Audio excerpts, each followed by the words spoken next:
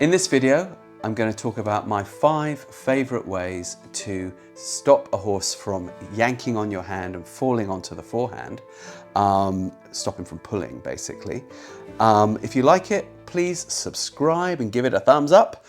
Stick around to the end because I'm going to give you a hack for how to find the easiest way into this. All right, rockers, welcome back.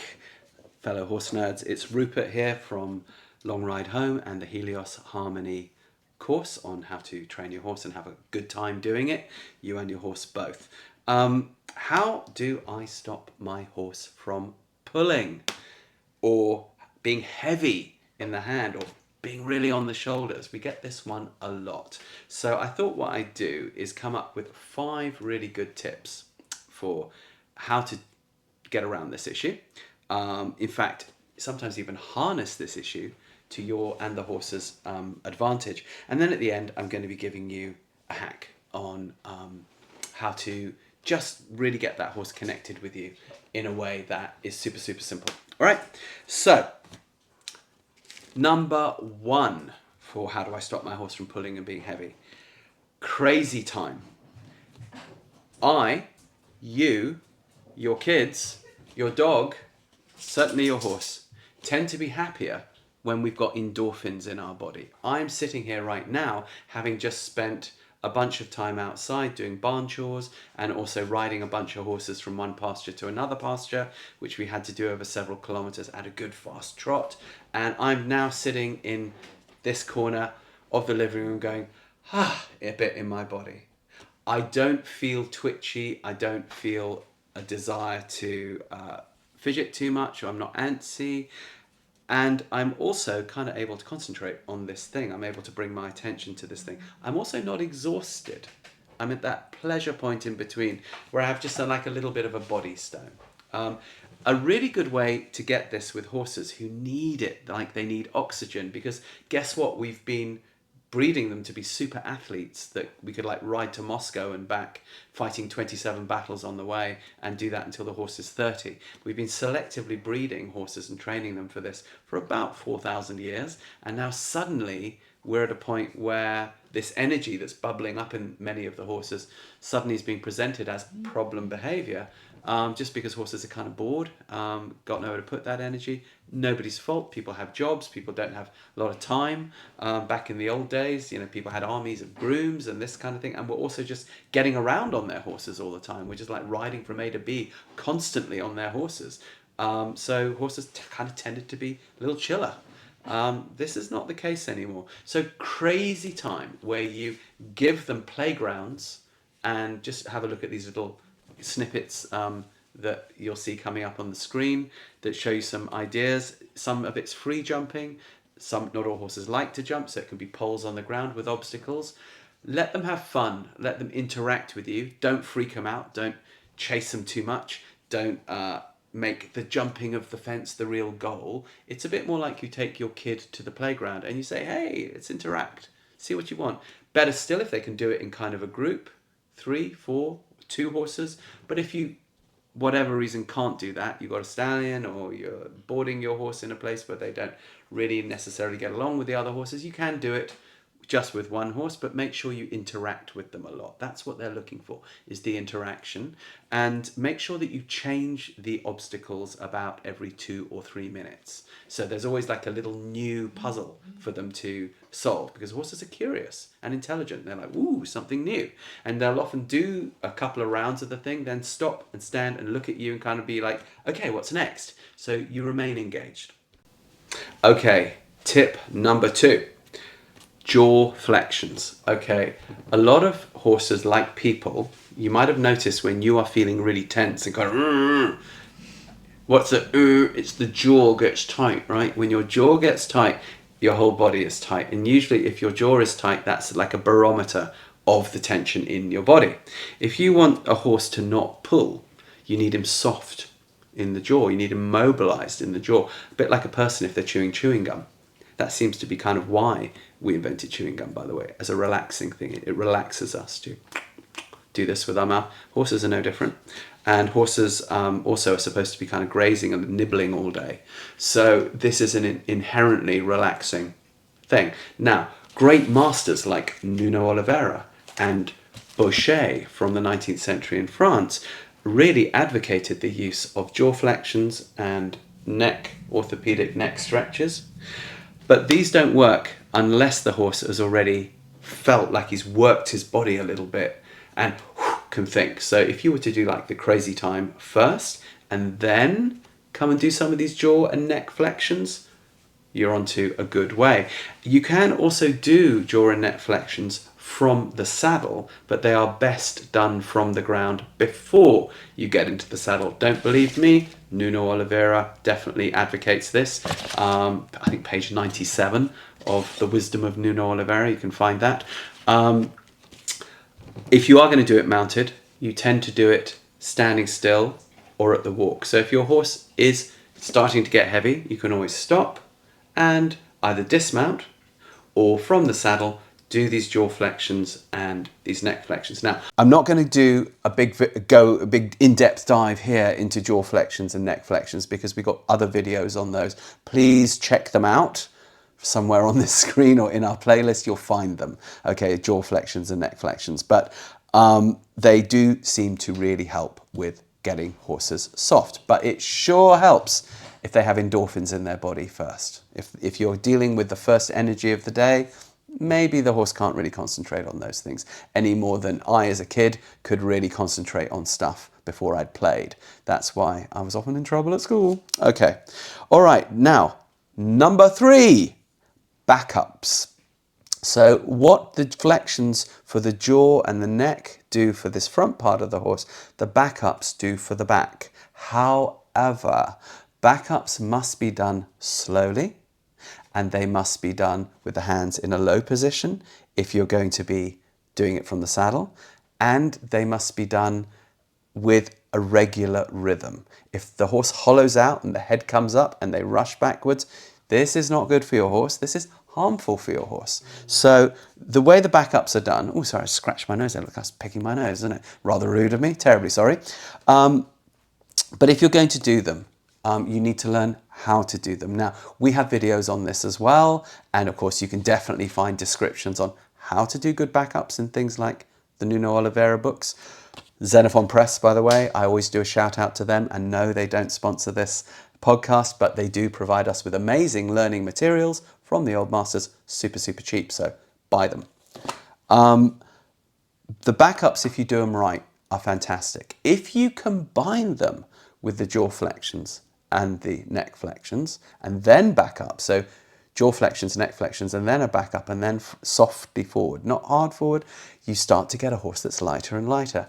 But it sure helps. I said this before. I'm going to say it again. It sure helps if the horse has had a good run around and a good play first, so they have endorphins in their body, so they can actually concentrate on what you're trying to tell them to do. All right. Number 4, poles, labyrinths, cones, barrels. Work around these things. Lots of stops, lots of turns, lots of going round things. Why does this work so well? It's logical for a horse to target. Horses really lock onto things beautifully, which is why, of course, cow work works so well with horses, which is why horses often really enjoy jumping. It's a really easy thing. I'm targeting on this thing. Here's a problem for me to solve. This really goes into the nature of a horse, goes with the nature of the horse, not against the nature of a horse. So if you're working in a field or if you're working in an arena, lay out your poles in maybe do a labyrinth. We've got examples of those on our free course and on modules on our membership sites.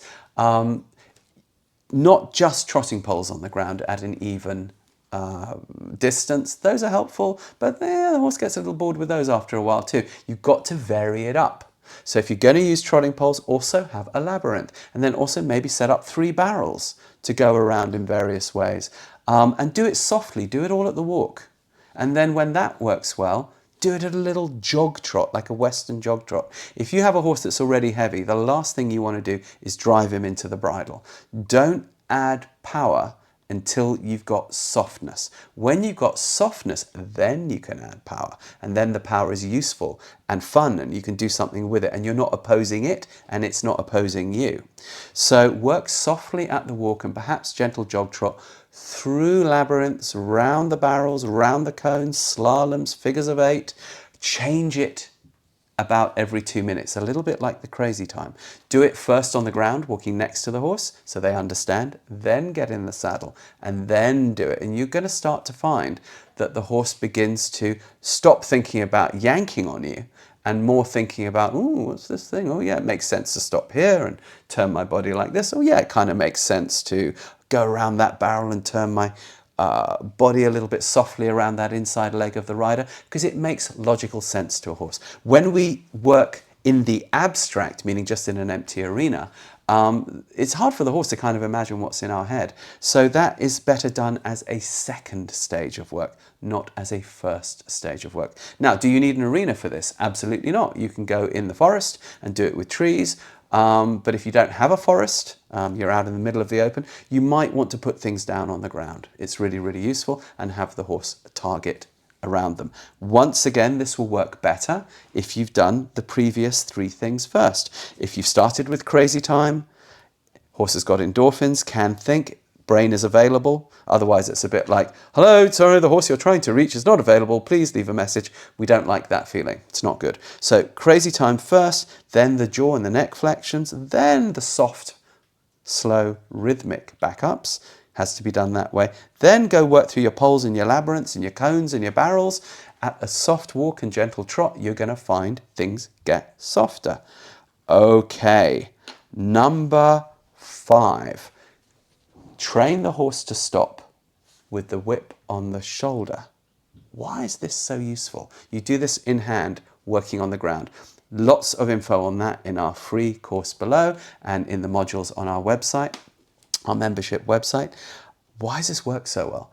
Because once the horse learns to stop from a gentle whip on the shoulder, not being pulled on the mouth, then you can put a rider on top.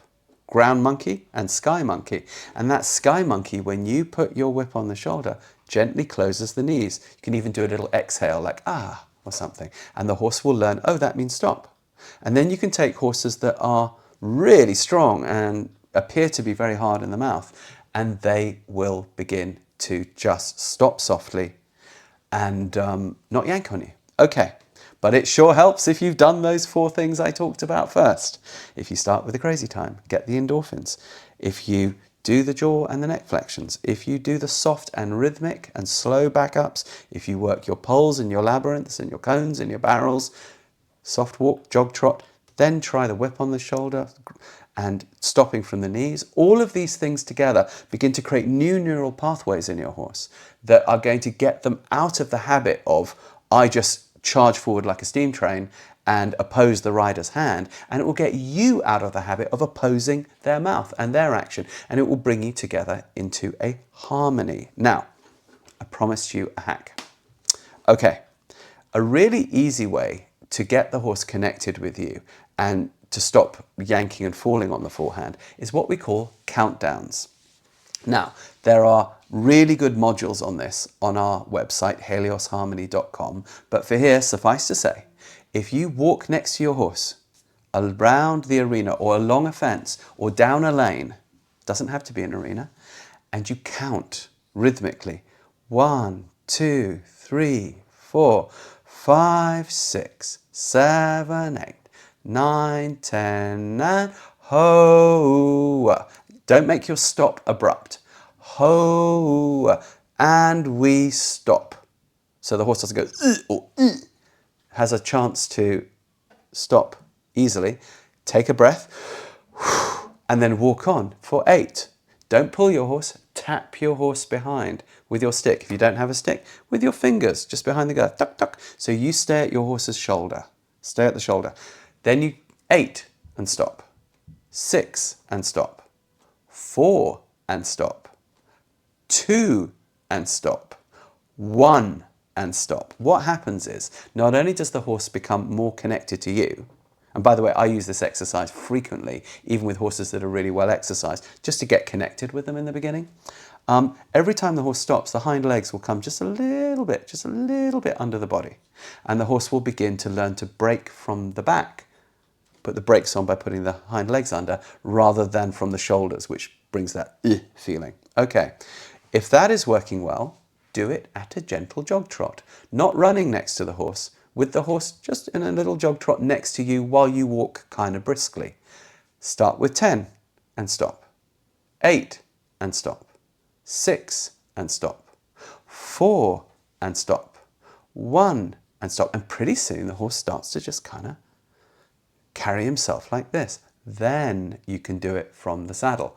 But it will work even better if you have a ground monkey and sky monkey. If you can get your mum or your mate to be at the horse's shoulder while you do this, because the horse already knows it, and stop next to the horse as you close the knees, and just give a little pressure on the reins. You can use the reins, but you just no yanking. Then the horse very quickly goes, oh, I guess I just don't have to do that pull down thing. I don't have to do that yank thing.